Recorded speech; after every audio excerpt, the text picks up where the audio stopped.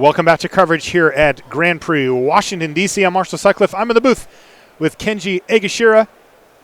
And right now, down in the feature match area, get your peaches out. Throw them up.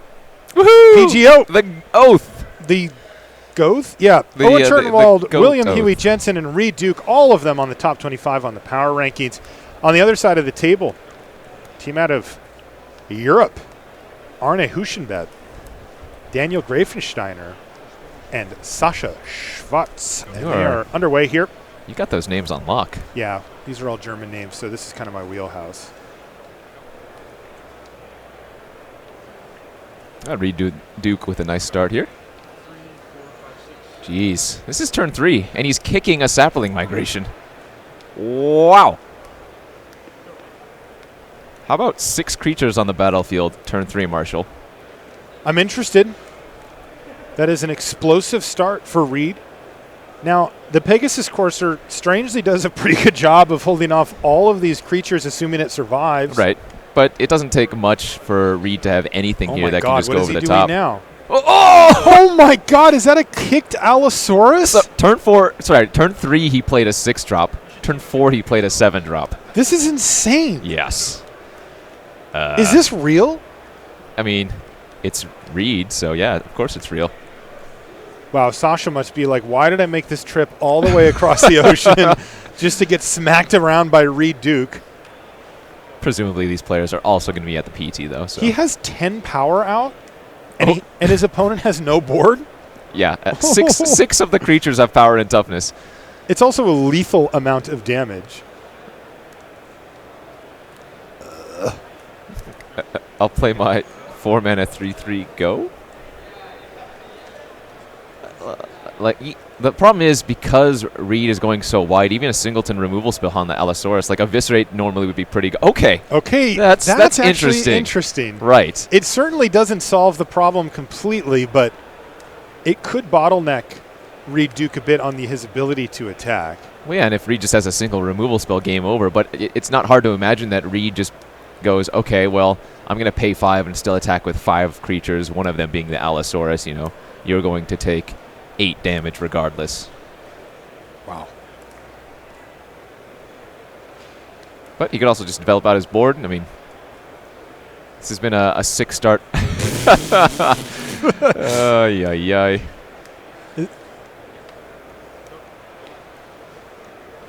All right, it looks like Sasha is actually at 16 okay, there. that makes a little bit more drop sense. Down to 6, but yeah. Scoop him up. Oh, I think I saw an Eldest Reborn in hand, too, which is just so bad against this serious start from Reed. Wow, Sasha is just like, okay, well, let's just regroup here. An absolutely explosive game 1 for Reed Duke. He takes down that one. And everybody else is still playing.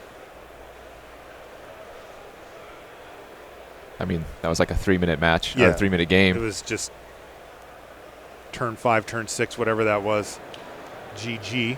So let's take a look at what Huey is doing against Daniel Grafensteiner. Well, he's getting beaten down by Tatyova. That's never a good sign. Oh, yeah. Powerful cards in Daniel's hand here. Omnivore's nice. He also has an Eldest Reborn. I see another land to keep refueling the Tatyova. And this is kind of one of the ways that Jensen can try to steal this game back, is by playing a tempo game against Tatyova. Absolutely. Though it is a tough sell. And kind of interesting because Daniel gets bit punished here for that attack with Tatyova, as the Cyclops is now able to attack at full power, where he would have had a double block on it, assuming that he was willing to risk Tatyova in combat.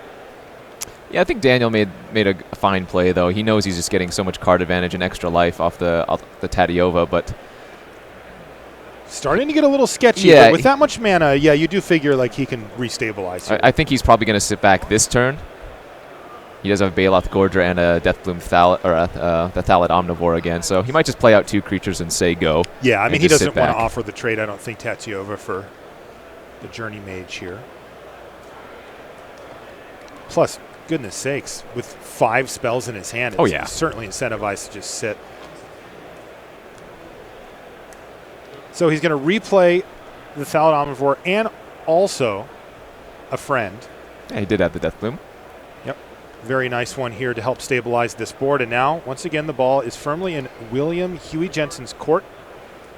Yeah, and even though the Gorger was a better creature on this battlefield, he's holding up the sacrifice ability on the Thallid Omnivore. Gain some life, make a 5/5 out of it as well. That's right. Really important here, just to make sure that he doesn't just get cheesed out, as the kids say. Well, I think... Is that an Adeliz in hand? And a Sheevan Fire, I believe. Oh, boy. And he's got 3 wizards already on the battlefield, yeah. Plus the Cyclops, which really kind of begs to be blocked. Though it looks like Jensen is going to take a little bit more longer of a game plan here. He says, all right, I've had enough of Tatyova. Grafensteiner is going to go ahead and sacrifice, but there's no attack coming in from Jensen, so pass a turn.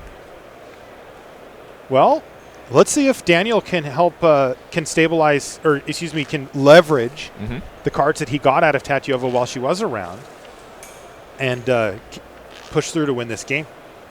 I saw he has a Mammoth Spider in hand. Yep, he just drew that. Perhaps an Eldest Reborn? Yep, Eldest Reborn, Dark Bargain, I believe, and a Baloth Gorger. God, I am jealous. Very least. That is a nice hand. Yeah, so I think if you're Daniel, because you have such card advantage, like the Eldest Reborn is effectively a 3-for-1, right? You just play the game a little bit slower.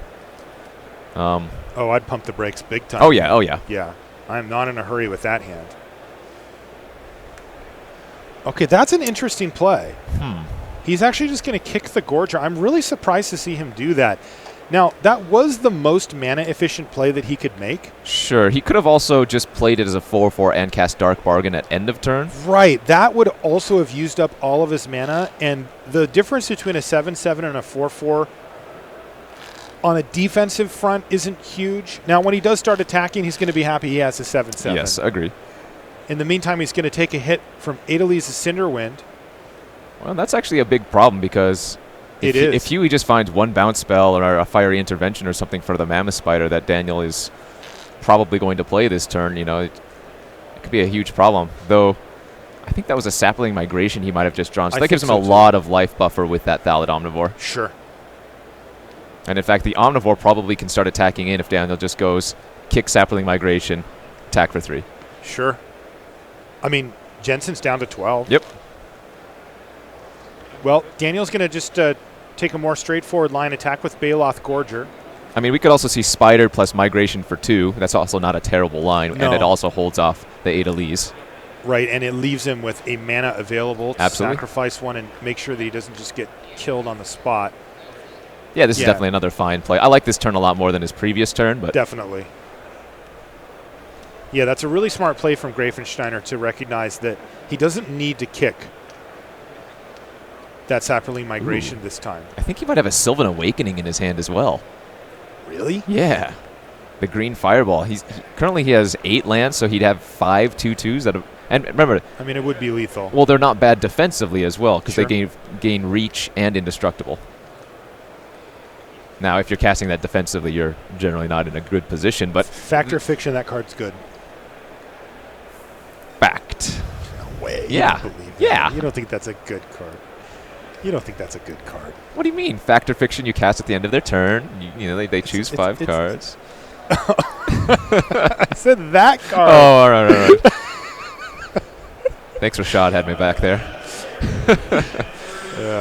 I was trying to get you in the corner. I know. You wiggled out. I was going to say, though, the number of times that people, and I don't expect Huey to do this, of course, but the number of times that people attack with their flyers into a defensive Sylvan Awakening is actually quite high. Oh, yeah, super hidden mode reach on those for sure. By the way, kind of in love with this deck here from Daniel. He just drew a second copy of Tatyova. He has the Eldest Reborn in hand. That's like my favorite card in the format. Dark Bargain's still there as well. Oh, God. He's in a good position. Little precarious against blue red just because they can come out of nowhere with hasty creatures or flyers. Sometimes incidental damage from them as well. Right. Get 2 Journey Mages come to mind. Right, definitely. So I think Daniel's just doing the math, though. He has the Sylvan Awakening pulled up to the front. Jensen actually has a Syncopate in his hand. Okay. Which is kind of interesting against Sylvan Awakening. Yeah. Because even if they can pay for it, if you make them tap all those it's effectively an encounter. Yeah, it still kind of takes care of it. I believe he also has a Wizard's Retort that he can't currently cast. Okay. I mean, the only thing about going for the Awakening is that it is risky since Huey still has so much mana open. Yep. And a decent number of blockers. I think I like attacking there again with the Omnivore as well. Just really putting the pressure on. It is a lot of pressure, and your life total could be at 12. Yes. Right? Like, you're kind of doing both things at once. Well, even 14 if you had enough mana to sack the Death Bloom and then sack the Sapling off of that as well. And this is that Syncopate, I believe. Yep.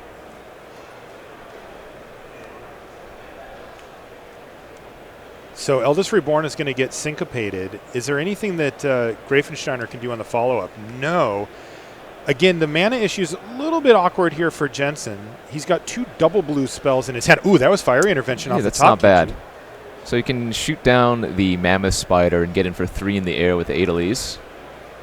That leaves him in a real sketchy position, though, as a 7/7 Baloth Gorger, a basically lethal Omnivore. Well, so what he's actually doing here is he's considering if he can tap the Voldalian Arcanist to help cast the Fiery Intervention. Sure. And that would leave him with the double 2 blue options. Yep. Yeah, so he has Wizard's Retort, but also Merfolk Trickster in his hand. So he's trying to figure out, can I survive if I Merfolk Trickster down something and block something else? And he's decided I can. So I'm going to try to apply as much pressure as I can. Start things off by killing your Spider. 3 you in the air. Knock you to 3. Pass a turn back, and then he's going to have to lean on this Trickster pretty hard. Yeah, I think Daniel might have just been considering they're just sacrificing a Sapling for 2 life for mana efficiency's sake. Okay. Because now if he goes for the Awakening, Huey's going to have to counter it. Oh, but then he's in a pretty good spot, actually. Forcing a chump block. Yeah. It is close, though. It is really close. Right. And if Daniel does go for the Awakening, it kind of puts his game plan face up here and lets Jensen know what he's up against. Yes.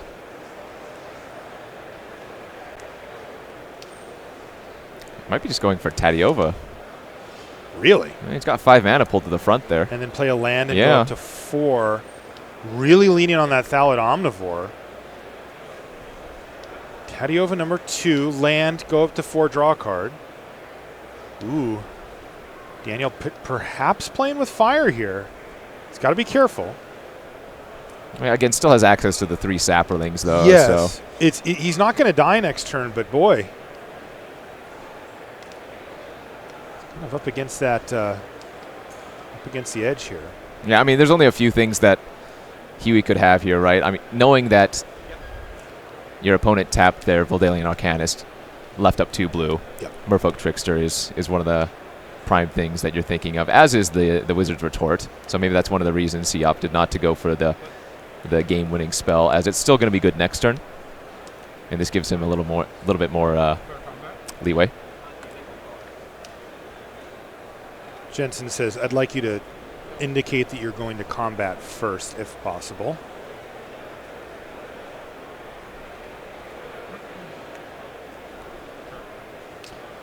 Well, if he's not countering the Tadiova, I would imagine that a Trickster comes here at some point. Yeah, it looks like he's going to do it after. Now, he is going to target the Omnivore, which means Daniel has to decide if he wants to use it now. Correct.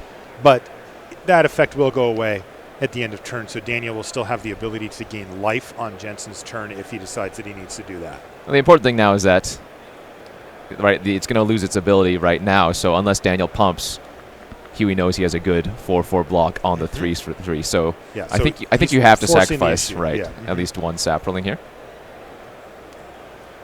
Making the Omnivore a 5/5.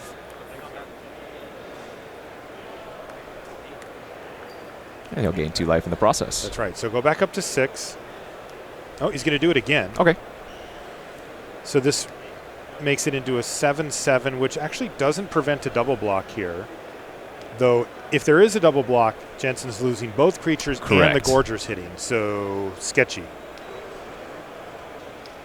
Yeah, Grafensteiner looks like he's still in a very good position here. Wow, he's just going all in. Whoa. Okay, so he's making... He's saying you now cannot double block for profit. Right. Well, I guess he could triple block now. It is 9 power he can put out. Is that winning for Huey, though? I feel like no. Like with a counter as the last card in his hand, it's just not doing it. No. No, it does not feel like the winning play. Yeah, and with Daniel at 10 life now, I don't know if there's a good series of draws. Like, you can try chumping the Omnivore and taking the hit for 7. Your opponent only has 2 creatures left. You'll have 4. He doesn't have enough mana for like a kicked fight with fire.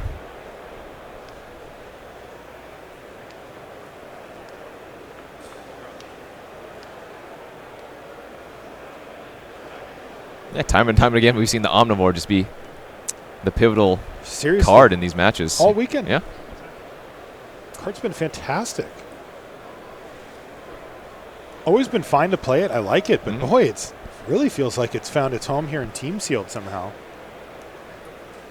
I mean, you can just really abuse the synergies. Yeah. What's going on with that thing anyway? It's got like a big mouth and it's eating a little sapling thing. You see that? It's like putting in its mouth. Oh, I didn't notice. Yeah. Oh, I thought that was it. Wow, okay. You thought it was part of it? Yeah. Oh, now that makes a lot more sense. All right, I'm into it. By the way, he ended up just chump blocking with the Trickster. And that makes sense, right? If he's throwing away his creatures, he's not winning the game. He's obviously going to need to draw something pretty darn good here, but at least this gives him a chance. But Daniel still has like the surprise factor of, you know, sacking the Deathbloom Thallid just to get a 1/1 sapling to block if somehow both of those creatures got tapped or whatever. That's true. And then remember, Daniel did get through with the Baloth Gorger, so Jensen's down to 3, and your favorite card is starting to look pretty good here. I mean, all of his other creatures are already lethal anyways, but yeah. Yeah, Jensen can block those. That's true. Can't block the 2/2 lands. Okay, so that's the start. All Blink of an eye. Blink of an eye, and remember, every creature except for the Cyclops is a wizard for Jensen. Boy, if he finds a way... 3, that thing gets blocked. He doesn't have enough mana to gain any life. He's 1 damage short? Is he really? I think he might be 1 damage short. Oh, here's a land. No, but we know the Wizard's Retort is the last card in his hand. Right. Yep, that's totally true. So if he had 1 more instant or sorcery, he would have won. Oh, man. He needed an opt. He did. Because then Daniel could, say, block the Academy Journey Mage, but... Interestingly, if he had another blue source, he would actually be in a fine spot. He could just counter the lethal Sylvan Awakening, but now he's just going to lose to it. The lands be rumbling. Oh, yeah. Here they come. Boom. The green fireball you called it a second ago, Kenji, and that's exactly what it's going to be here. Just responsible for a ton of damage coming over. Only 2 blockers left behind for Jensen, and no way to really interact here means that this is going to be a lethal attack. Once again, Daniel says, can I go to attacks? For a second, I thought he was playing a spell after casting the Sylvan Awake because he looked like he was tapping for 5. But yeah. And that's going to be game number 1 going to Daniel Greifensteiner. So he's the only one on his team that won his game number 1. Owen Turtenwald on the top table beat Arne Huschenbeth, and yeah, we saw Reed just stomp on Sasha over there. Yes, that happened very quickly. If you got up to go get a sandwich, you probably missed it.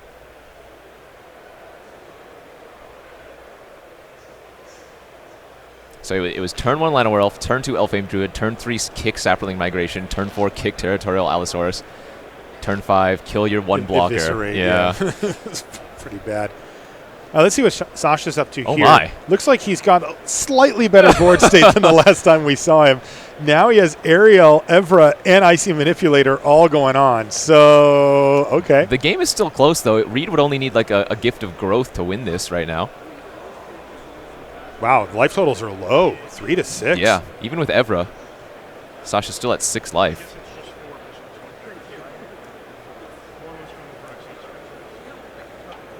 So it's a force tapped on the Untamed Kavu, which now has 4 counters on it, so maybe there was a Song of Free Elise or...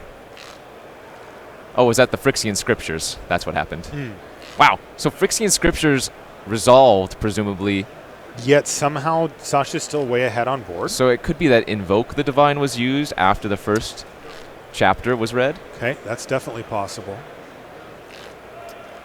In the meantime, things looking very good for Sasha Schwartz here to even things up. Did a creature not get tapped on Reed's turn? Apparently not. Oops. As it stands, this is still lethal. 2 4-powered creatures. Reed's only at 3 with 1 blocker. He needs something.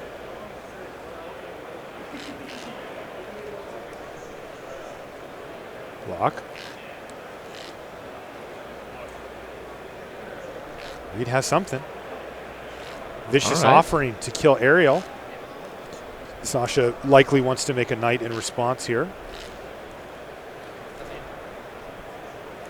This is going to be really close because the Untamed Kavu now is not going to get tapped down by the Manipulator, and it does have Trample. So wow, a 2/2 by itself is not going to prevent Sasha from taking lethal trample damage. He has Memorial to Glory down there. It's not good enough either. Not enough mana, right? Oh, wow, that was actually game. Oh, what? I don't know what. So for some reason that Icy Manipulator didn't tap down a creature on Reed's previous turn. That's a nice way to put it. Yeah. Though, the way I'd put it is the person who controls the Icy Manipulator did not tap down. Maybe there was something that had happened because... There could be. Maybe it's hard when we come in the middle of the game, exactly, but it looked like he just didn't. Is that how you saw it? Yeah, yeah. Well, Chad, help us out. What did we miss there? Because Reed would have attacked for lethal there with both creatures if one of them didn't get tapped down. Right. So... Okay, chat's saying that it had already been tapped. We just creature. Okay. No, the Icy. He had already used. Oh, it had already used it. Yeah. Gotcha. He had cast it and then used it the previous turn. Well. Oh wow, looks like Owen Turtenwald won his match over Arne, and that's it. PGO through. They're going to be 10-2 now, which is on the brink of elimination from top 4 contention. And believe me, those 3 are here to top 4. They are not here to every time pick up some pro points. But boy, that was a pretty quick one. Yeah. In the end, we're actually going to be getting an interview with one of the PGO members in just a minute down in the feature match area. But man, real close games down the stretch there, Kenji. So some of them were close. Others were just rollovers. That first one with Reed was rollovers. A little less close, but somehow he was able to beat 3 very powerful cards there. Yeah. Icy Manipulator, Ariel, and Evra. That is a tall order. Getting through those cards can be extremely difficult, but Reed Duke's one of those players who is capable of such things, and the PGO does advance. They're going to need to win out, though, if we're going to see them make another top 4. Those guys convert to top 4s at an alarming rate. Oh, it's crazy. Yeah, they are absurd when it comes to these team tournaments, and I'll tell you what, would not want to face against them in a team draft for sure either. All right, let's take an interview here down on the feature match. Here we got Reed Duke. Reed, how's it going, buddy? Marshall and Kenji in the booth. Hey guys, it's going great. Really happy to be here and talking to you, dude. Game 1. Wow. Oh yeah. Pretty good curve out there, my friend. Yeah, I mean, it makes me rethink my constructed deck choice for the Pro Tour coming up. Maybe if I could replicate that, I'll have some success. Yeah, no kidding. You made so much mana that you were able to kick that Allosaurus on turn 4. And then use an Eviscerate the next turn to take out Baird, and all of a sudden you were just running them over with all these creatures. Yeah, we had our black was super strong in our pool, and I don't know if you watched all 3 matches, but I got to have all the black cards to myself. Considered, some different color combinations, including like mono black, but just that Elfheim Druid is so strong with the combination of cards in my deck that I wanted to give myself the chance to get draws like that. Yeah, and boy, it really paid off for you. Now, we only got to catch the very end of your second game, the one that you just won. Boy, you were facing down some powerful stuff when we came in. Your opponent had Ariel, Evra, and an Icy Manipulator. Yeah, it was a very bizarre and challenging game because I had the Phyrexian Scriptures, which sort of a Wrath of God on delay. And Sasha had seen it with a Divest, so it wasn't like I was going to surprise him and massacre his board or anything. and he had an icy manipulator, and he had flying creatures. So the end result of all of that was that I basically had to wrath my own board just to not die to the flying creatures, and then it was left with him having an icy manipulator and a pretty big advantage.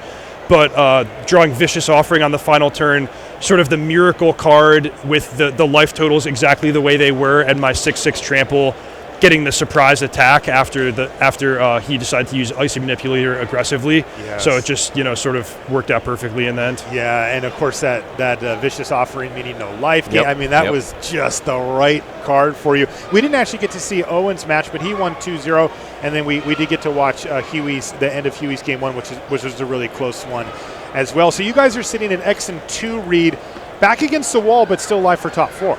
Yeah, I mean, that's just where you want to be with 2 rounds to go. You can't really ask for anything better. So we're still nervous and not going to count our chickens before they hatch, but it's great to be here. Speaking of chickens, there's a go. rumor going around here, Reed, that you saved a bird this morning? Yeah. So it's funny. I was staying at Huey and Owen and Brock Parker's house, which is about 30 minutes from here, and they have this sort of like porch area when you step out of the main house, and it's like a door and some big plate glass windows, and this poor bird was just like could not find the door, just flying against the plate glass windows over and over again.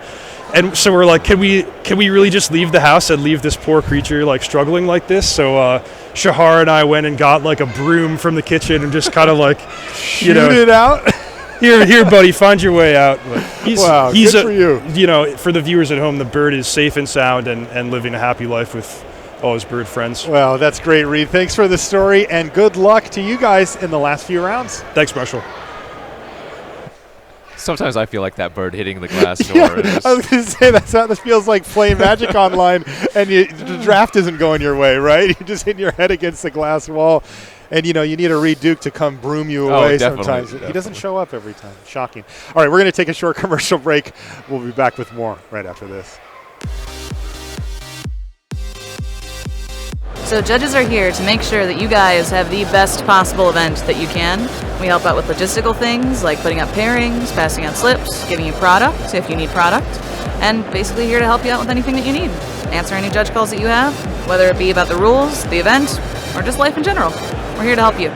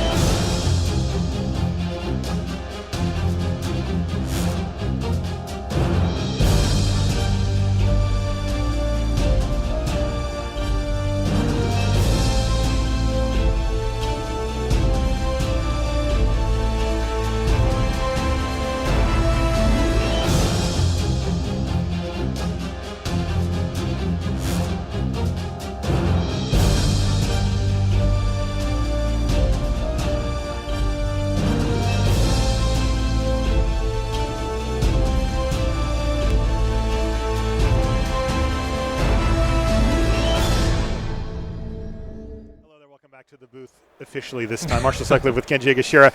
And we've got Time Walk Magic lined up for you here for this round here in D.C. Let's take a look at what we've got. We've got Martin Deng, Christopher Larson, and Thomas Enevoldsen down in the feature match area, battling it out at 9-2 against Adam and Case Kiyonaga, as well as Richard Neal. Yeah, Seattle locals. Case actually just took a job with Wizards recently. Oh, did he? Yep. I didn't know that. Yeah. He's in that sweet spot, though, where he can still play in a few of the events. Until he starts. Yep. That is nice. Yeah, you do see these gentlemen out and about in the Seattle area. Wow. 2 Slimefoot. Hey, we had this discussion yesterday, didn't we? How many would you play? Yeah, well, we know the answer is 2, although one of them is going to get chilled out here. Turn up the AC on Slimefoot number 2. Also, Richard correctly waiting to play the foil one next because it makes foil tokens. But now he's not going to get to do any of it. But he is going to get to kick Grow from the Ashes. Let's see if he's splashing or just using it as a ramp spell. Oh, yeah. We know that island was coming, didn't we, Kenji? But you didn't see what it was splashing for. No. No, normally, yeah, go for it. Okay, so Tatio was your go-to. Yeah. But I'm going to say Muldrotha. Bingo. Oh, yeah. Bingo, buddy. Nailed it. Love that card. Muldrotha, quite powerful. Only allows you to play permanents, though. So you can't cast like Grow from the Ashes. That's right. Yeah.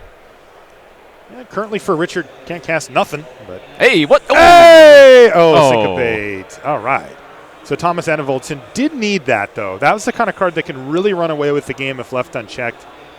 Wow. So a clutch play there from Enevoldsen using Syncopate, but he's kind of just hanging on with Valduk. Yeah, notably, so Richard actually had the land in hand, and he was waiting to play it after the Tatyova resolved. But because he didn't, he was able to get syncopated for exactly enough. Interesting. By the way, Enevoldsen had passed a turn back, but he did have a play, Raf Capuchin, on end step, and no play from Richard.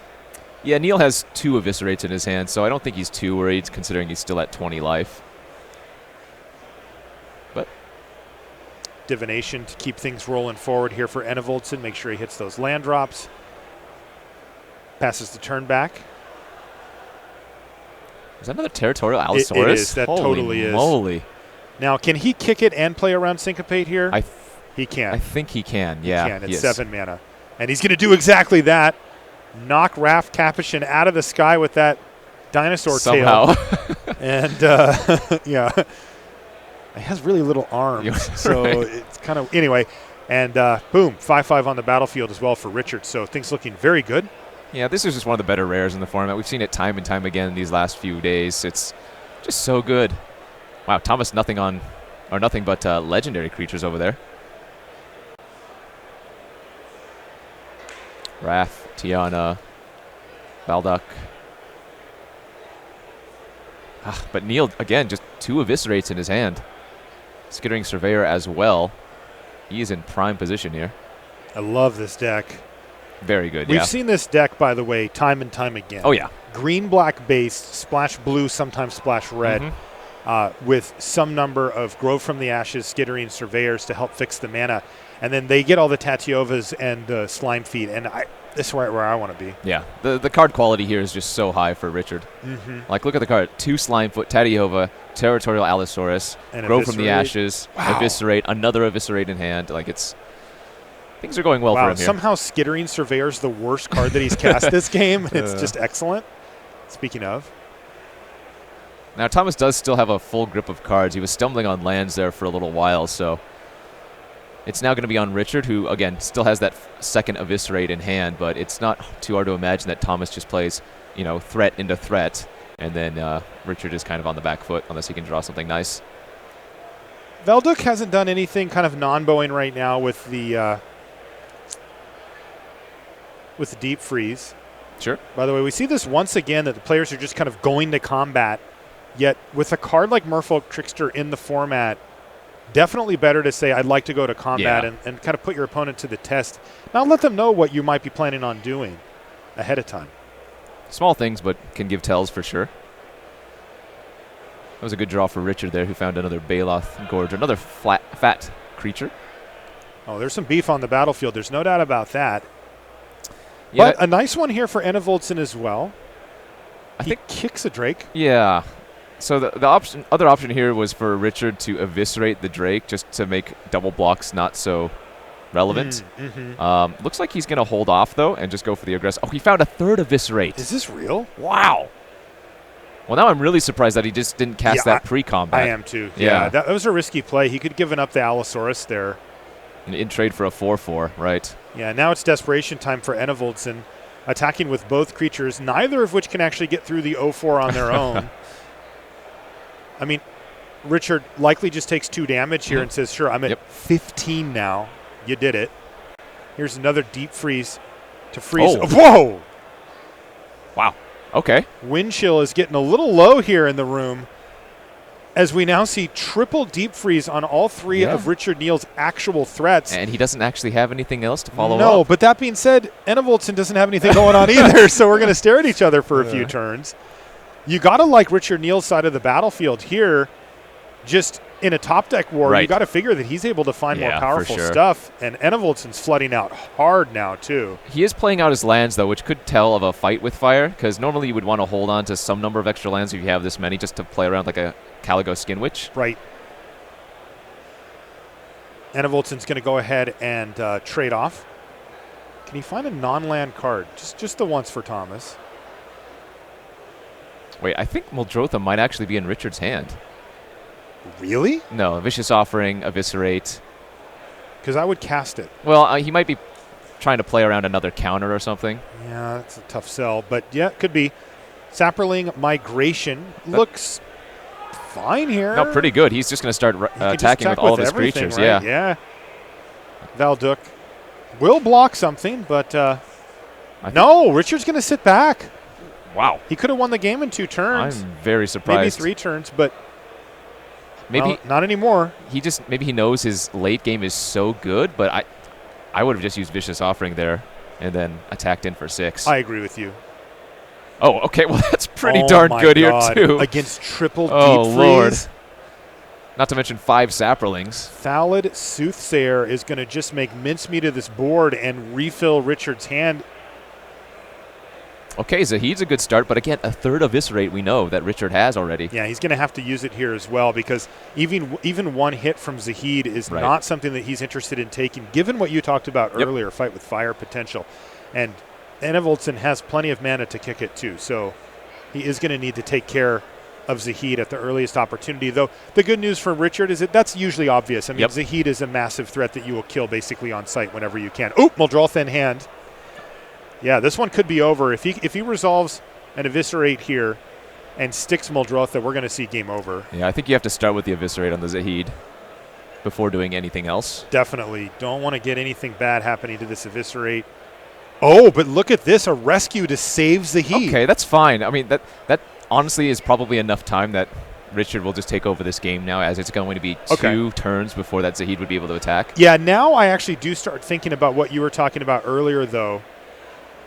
Again, not casting out the Muldrotha. Why didn't he cast it? When presumably he knows there's no counter, otherwise he would have just used the counter instead of the rescue. Absolutely. Yeah. Richard playing very passively here. Super passively, and he could get really punished here because you know what doesn't kill Zahid? Vicious Offering. Right. Does he have 2 of them? 2 of them does kill Zahid. Not the way you want to do it. Here's Muldrotha now. Okay. Kaboom. Resolves. I think his thinking here is that he's going to get the value immediately by casting something out of the graveyard. But I think, man. Oh, this is risky business. You really wanted that 6/6 last turn. Yeah, because Slimefoot is not what. I mean, sure, Slimefoot will win the game at some point, but not really now, right? I think it's very good here now because of the Soothsayer plus the 5 Saplings already. Does he have mana? Oh, he has 2 elves. Correct, and he cast those the previous turn. I mean, look, I'm talking about, like, I'm worried right now that he goes attack you to 10, kill you. Oh, yeah, no. Yeah, that's the one sequence that if I'm Richard that I'm trying to avoid. But now you can go to 16. Yeah, now he can do it because of the Llanowar Elves. Right. So, okay. Boy, playing with fight with fire, but I think he's going to escape it here. I don't think Enevoldsen has it anyway. We're just talking a little bit more but these are things to think about, especially if you're in Richard's seat, you know? Yeah, but since we're in our seat, we actually get to look, so I'm going to do that. Let's see. What am I looking for? Fight with fire? No, sir. Doesn't even have one. All right. So Richard Neal Doesn't know that and may be a little nervous about it, but boy, he's got a value engine like you've never seen. He's going to start revving that thing up. Richard, you just got to go for the kill, man. Yeah, it's definitely time to shut the door on this game. No more playing with your food. Like those 5 saplings would have been, or could have been, attacking in for quite some time now. Yeah. Oh, he's got to get those things sideways. Richard, do it. Thank you. Okay, there we go. Settle the wreckage. Well, this is still very lethal because he has the Soothsayer. There's a Shivan Fire to take out. All right, that'll take out 5, 6, Slimefoot. 7, 8. Can he No. make a thing and then sack a thing and kill him still? No. Not enough mana. Well, I still think Richard's going to win this game, but a little closer than it needed to be, perhaps. Absolutely. So he's going to knock him down to 2 here. Say go. I mean, Anna Voltson has no draws possible and just says, look, I've got a couple of lands in my hand. To be fair, ooh, look at the bottom card of his library. Siege King. I don't think that would have been enough. He didn't have Not enough quite, mana. but Yeah. that's the kind of card that, in that window. Would have gotten Richard punished. Yeah, where for he sure. really could have punished Richard with that. But Richard does end up assembling the value engine and getting the job done. And we're going to go to sideboards here on our Time Walk match. If you look at the top of your screen, you'll see that Martin Dang and Christopher Larson both won their first game. So even though Anna Voltson lost this one, his team's still in good shape. Right. Oh, boy. That is a board. So Shalai. Where's Shalai? Where? Oh, at the bottom. Oh, my goodness sakes. Wow, Martin's deck looks very good right now. Yeah, I think that Martin's a heavy favorite to be up here because he also has a Shalai activation at the ready. With 8 cards. Oh, that's not going to work. Well, it will because the Pegasus Courser will still deal the last Sure. point of damage to finish it off. It's true, but that's a tough sell. Martin can just activate Shalai, kill the Courser, get counters on everything. Yeah, so what Adam could have done is just let the damage resolve, which would have preserved his 2/2 as well. Indeed. Oh, but how about Adamant Will instead? It's a little less mana efficient if you're sitting in Martin's seat, but oh boy, he gets to keep Shalai around. Well, and now just one activation is probably just going to wrap this up. Yeah, he's also ahead in the race currently. Yeah, and it looks like Martin's going to be patient. This way Sure. he can go end step activate, main phase activate, and make it so that it's basically impossible for Adam to have any action here. Really tough spot for Adam. Okay, that's not a bad start. Yeah, he did actually find an answer for Shalai. There's going to be a response, and he's still facing down an absurd board now. Yes. But like you said, this is one of the few ways that we could actually see him getting out of this, though. Still don't think it's going to work. Wow, Martin ran us right out of dice. I mean, Adam's creatures do trade away for the most part. Pegasus Courser still blocks Pegasus Courser. 2/4 on 1/3 is fine. Okay. Oh, cancel that order. We use the purples to denote -1/-1. That's right. But BJ was at the ready.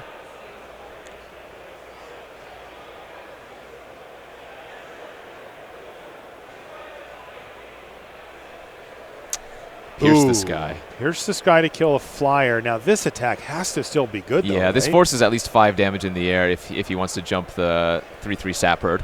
He decided to jump the, what is that, a night token? Yeah, it looks like it. Yeah, just vigilance.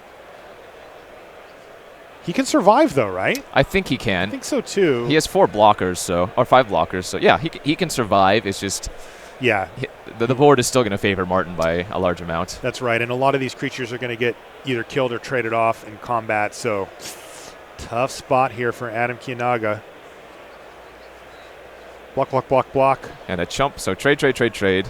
Chump, take 5 is what it looks like. Yeah, he's ended up trading all of those tokens and the Benalish Honor Guard for 1/1 Saprolings that are now 2/2s.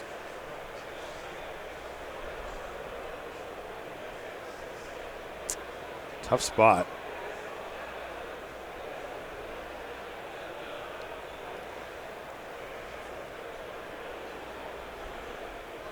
What else happened this game? Looks like a fungal infection ate a Knight of New Benalia on turn 2. Danitha ate a Vicious Offering earlier in the game, just from graveyard sequencing.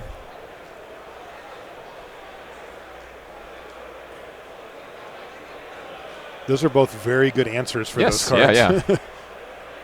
It's like reading the rings on a tree, you know? It is. And trees have something to do with saplings, which Martin has a lot of. These are the days of our lives. These are the days of our lives, Marshall. Adam clearly consulting with his teammate here to see how he wants to do this. But yes, those are the blocks, in fact. So he's going to drop down to 4. And now it's Teshar, too. Oh. Goodness sakes. Yeah, this is going to be really tough for Adam. He's got a Sarah Angel, one of the best plays, but I think he's just facing lethal here. Just dead on board. Yep. Dobbs, as we say in the business, that is 2-0 going to Martin Dang, putting his team up a match. So Christopher Larson can finish off Case Kianaga and give the match to this European power team. Or Anna Voltson can win back-to-back games. Otherwise,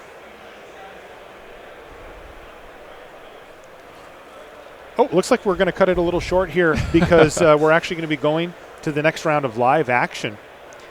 Apparently they completed the comeback. They did. He said the team on the right wins. Whoa. That was the double Kianaga and Neil team actually picking up that win. That is a very impressive victory so there. That means Rich won his second or third game perhaps, and then Case won the next 2. Yes, he won back-to-back. Wow. We're going to take a short commercial break. When we come back, though, we'll have more live action here from DC. We'll see you in just a bit.